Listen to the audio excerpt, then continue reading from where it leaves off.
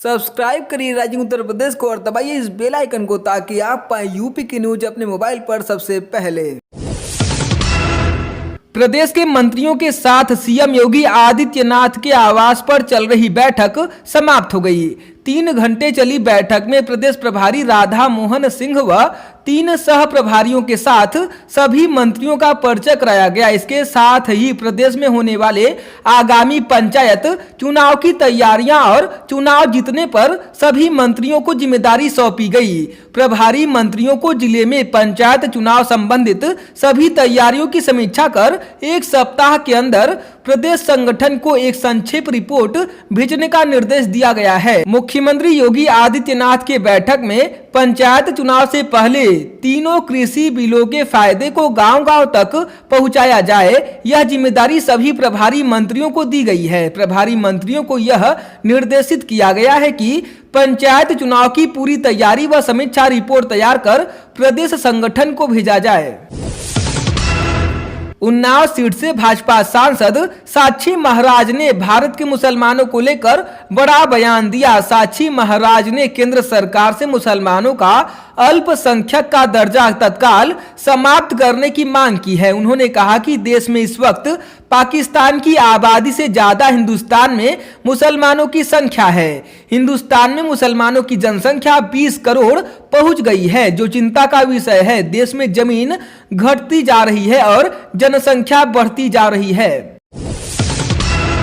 Allahabad high court की लखनऊ खंडपीठ ने 10 नवनियुक्त राज्यसभा सांसदों को नोटिस जारी किया है। कोर्ट ने अगली सुनवाई की तारीख 25 जनवरी तय की है। बनारस के व्यापारी प्रकाश बजाज की ओर से यह याचिका दाखिल की गई है। याचिका कहना है कि उसने स्वयं इन चुनाव के लिए नामांकन दाखिल किया था, लेकिन उनके नामांकन पत्र को निर्वाचन अधिकारी द्वारा निरस्त कर दिया गया था। नामांकन पत्र को निरस्त करने का वजह शपथ पत्र और फार्म में त्रुटि बताया गया था। यह भी कहा गया कि अन्य सभी के फार्म में समान त्रुटियां थी, किंतु डबल स्टैंडर्ड अपनाते हुए चुनाव अधिकारी ने मनमानी तरीके से केवल उसी का नामांकन पत्र खारिज किया। हाथरस गैंगरेप केस में सीबीआई ने स्पेशल SC/ST कोड में चार्जशीट दाखिल कर दी। सीबीआई ने 22 सितंबर को मौत से पहले पीड़ित के आखिरी बयान को आधार बनाकर 2000 पेज की चार्जशीट फाइल की है। चार्जशीट में कहा गया है कि चारों आरोपियों ने हत्या करने से पहले पीड़ित से गैंगरेप किया था। आपको बता दें कि पीड़ित से 14 सितंबर को गैंगरेप हुआ था। गंभीर हालत में लड़की को दिल्ली के सफदरजंग अस्पताल में भर्ती कराया गया था, जहां 29 सितंबर को उसकी मौत हो गई थी। सीबीआई ने 11 अक्टूबर को हाथरस केस की जांच शुरू की थी। हाथरस मामले में सीबीआई द्वारा चार्जशीट दाखिल करने के बाद विपक्ष ने योगी सरकार पर निशाना साधा। इसको लेकर प्रियंका गांधी वाड्रा के साथ ही अखिलेश यादव ने भी ट्वीट किया। प्रियंका गांधी ने कहा कि एक तरफ सरकार का संरक्षित न्याय था, दूसरी तरफ परिवार की न्याय की आस थी। हाथरस में पीड़िता का शव जबरदस्ती जला दिया गया था। वहीं समाजवादी पार्टी के अध्यक्ष अखिलेश यादव ने लिखा कि हाथरस कांड में यूपी की भाजपा सरकार की लाख कोशिशों के बाद भी जनता, विपक्ष व सच्चे मीडिया के दबाव से सीबीआई जांच बैठानी ही पड़ी। अयोध्या में बन रहे राम मंदिर के लिए धन संग्रह का अभियान 15 जनवरी से 27 जनवरी तक चलाया जाएगा। ट्रस्ट के महासचिव चंपत राय ने कहा कि दान संग्रह अभियान विश्व का सबसे बड़ा धन संग्रह अभियान होगा। इसे श्री राम जन्मभूमि निधि समर्पण अभियान नाम दिया गया है। इसके जरिए संघ और विश्व हिंदू परिषद यानी VHP की 1 लाख टोलियां 12 करोड़ परिवारों तक पहुंचेंगी। एक टोली में 2 से 3 कार्यकर्ता होंगे। ये सभी कार्यकर्ता वॉलंटियर हैं। 10 रुपए से लेकर 1000 रुपए के छपे कूपनों पर राम मंदिर मॉडल का चित्र होगा। मेरठ जिले में बीजेपी के किसान सम्मेलन में केंद्रीय मंत्री स्मृति ईरानी ने विपक्ष पर जमकर तंज कसे। किसान सम्मेलन को संबोधित करते हुए उन्होंने कहा कि जिन लोगों ने 70 साल में सिर्फ किसानों का उत्पीड़न किया है, वह आज अपनी राजनीति के लिए उनके हित का ढोंग रच रहे हैं। आम आदमी पार्टी के वरिष्ठ नेता और दिल्ली के उप मुख्यमंत्री मनीष सिसोदिया ने मुजफ्फरनगर में कहा कि जब से दिल्ली के मुख्यमंत्री अरविंद केजरीवाल ने यूपी में विधानसभा चुनाव लड़ने की बात कही है, तब से योगी आदित्यनाथ बौखला गए हैं। दिल्ली के मॉडल स्कूल पद्धति से योगी सरकार घबराई हुई है। उन्होंने योगी सरकार के प्रवक्ता सिद्धार्थ नाथ सिंह के खुली बहस की चुनौती पर एक बार फिर पलटवार करते हुए कहा कि मैं लखनऊ आऊंगा, मुख्यमंत्री योगी आदित्यनाथ मुझसे बहस कर सकते हैं।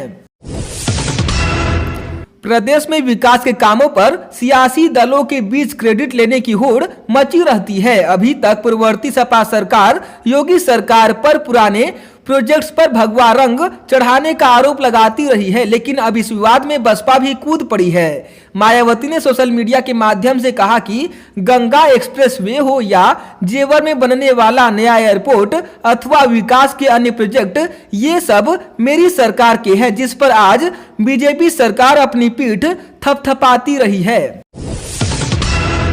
कृषि बिल को लेकर आंदोलन कर रहे किसानों का आज 24वां दिन है। इस बीच यूपी विधानसभा में नेता प्रतिपक्ष और सपा के वरिष्ठ नेता राम गोविंद चौधरी ने कहा कि खेतीबाड़ी और किसानों को कारपोरेट के हाथों में सौंपने वाले कृषि कानूनों को लेकर विपक्ष नहीं सत्ता पक्ष देश को गुमराह कर रहा है। इस मामले में केंद्र सरकार और भाजपा नेतृत्व वाली सरकारें अंबानी और अडानी समूह के वर्कर के रूप में काम कर रही है। पीएम मोदी और सीएम योगी आदित्यनाथ उनके वर्कर की भाषा बोल रहे हैं। योगी सरकार का ऑपरेशन माफिया के तहत प्रयागराज में माफियाओं और हिस्ट्री सीटरों के अवैध निर्माण पर बुलडोजर चलने का सिलसिला जारी है। इसी कड़ी में प्रयागराज के सबसे खूंखार और हार्डकोर क्रिमिनल और माफिया अतीक अहमद के खास शूटर फरहान अहमद के आलीशान मकान को पीडीए ने बुलडोजर से ध्वस्त करा दिया। फरहान ने अपने प्रभाव का इस्तेमाल करते हुए पहले दूसरे की जमीन कब्जा की, उसके बाद निर्माण करा लिया। सुल्तानपुर में इलाहाबाद एसटीएफ और जिले की पुलिस को बड़ी सफलता हाथ लगी है। पंचायत चुनाव में खपाने के लिए आई 30 लाख रुपए कीमत की तकरीबन 1000 पेटी अवैध देसी शराब बरामद की गई है। अवैध शराब की खेप के साथ पुलिस ने 7 लोगों को गिरफ्तार किया है। राजधानी लखनऊ के कृष्णानगर थाना क्षेत्र स्थित इंद्रलोक कॉलोनी में बिकरू कांड के मास्टरमाइंड विकास दुबे के भाई दीप प्रकाश दुबे के घर पर कुर्की की कार्रवाई की गई। दीप प्रकाश दुबे पर लखनऊ के कृष्णानगर थाने में 2 एफआईआर दर्ज है और पुलिस ने उसके ऊपर 50,000 का इनाम घोषित कर रखा है। दीप प्रकाश दुबे कानपुर में हुए बिकरू कांड के बाद से फरार है। प्रदेश कारागार प्रशासन व सुधार विभाग में महिलाओं व पुरुषों के लिए जेल वार्डन, फायरमैन व आरक्षी घुड़सवार पुलिस के पदों पर सीधी भर्ती 2016 की 19 और 20 सितंबर को होने वाली ऑफलाइन लिखित परीक्षा से पहले यूपी स्पेशल टास्क फोर्स यानी एसटीएफ ने बड़ा खुलासा किया है। परीक्षा से एक दिन पहले अभ्यर्थी समेत 8 साल्वर गैंग के सदस्य पकड़े गए। बताया जा रहा है कि परीक्षा में साल्वर गैंग सेंधमारी की फिराक में था। किंग जॉर्ज मेडिकल यूनिवर्सिटी यानी केजीएमयू में दीक्षा समारोह धूमधाम से होगा। संकाय सदस्यों ने रिहर्सल की, वहीं मेधावियों की लिस्ट भी जारी कर दी गई। इस दौरान एमबीबीएस में नितिन भारती ने टॉप किया। उन्होंने यूनिवर्सिटी के सभी शीर्ष मेडल पर कब्जा जमाकर रिकॉर्ड बनाया। वहीं अंजलि बीडीएस यानी बैचलर ऑफ डेंटल साइंस में अव्वल रही। इनकी झोली में भी गोल्ड मेडल की बारिश हुई। प्रदेश में लव जिहाद कानून लागू करने के मामले में इलाहाबाद हाई कोर्ट ने योगी आदित्यनाथ सरकार को बड़ी राहत दी है। कोर्ट ने प्रदेश में लव जिहाद कानून पर अंतरिम रोक लगाने से इनकार करने के साथ ही सरकार से 4 जनवरी को विस्तृत जवाब मांगा है। अब इस मामले में अगली सुनवाई 7 जनवरी को होगी। अयोध्या साकेत महाविद्यालय में छात्र संघ चुनाव को लेकर चल रहा अनिश्चितकालीन धरना सुबह होते ही आंदोलन में भड़क उठा।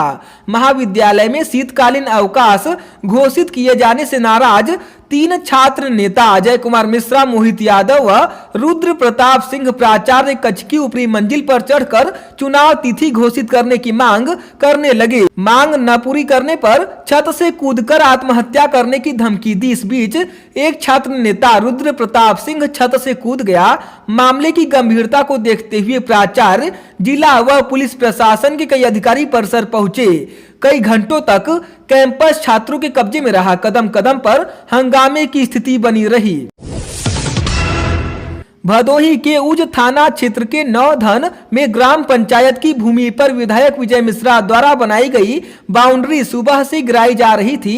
दोपहर 1:30 बजे तक यह कार्रवाई जारी रही। प्रशासन के अनुसार 600 हेक्टेयर भूखंड अवैध कब्जे में है। पिछले दिनों इस मामले में मुकदमा दर्ज कराया गया था। इस बाबत भदोही पुलिस द्वारा जानकारी दी गई थी कि विधायक विजय मिश्रा द्वारा ग्राम नौधन में ग्राम पंचायत की 2.5 बीघा जमीन को कब्जा किया गया था। पुलिस एवं राजस्व की संयुक्त टीम द्वारा बाउंड्री वाल गिराकर मुक्त कराया गया, जिसकी कीमत 5 करोड़ से अधिक है।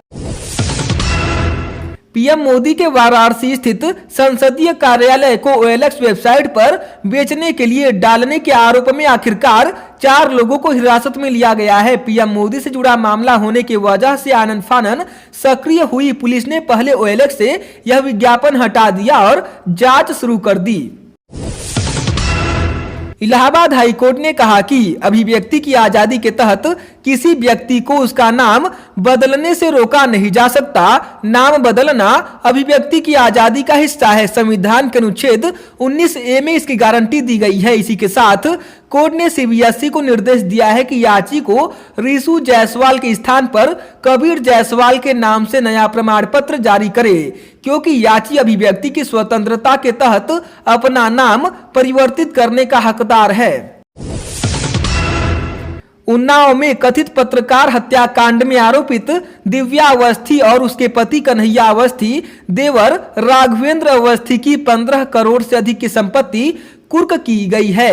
करोड़ों की बेशकीमती जमीन को प्रशासन ने कब्जे में लेकर चिन्हांकन कराया है और प्रशासनिक कब्जे के बोर्ड भी लगाए गए हैं। बता दें कि तीनों हत्या और साजिश रचने में उन्नाव जिला कारागार उन्नाव जेल में बंद हैं। जिला प्रशासन ने तीनों के खिलाफ गैंगस्टर एक्ट के तहत कार्रवाई की है।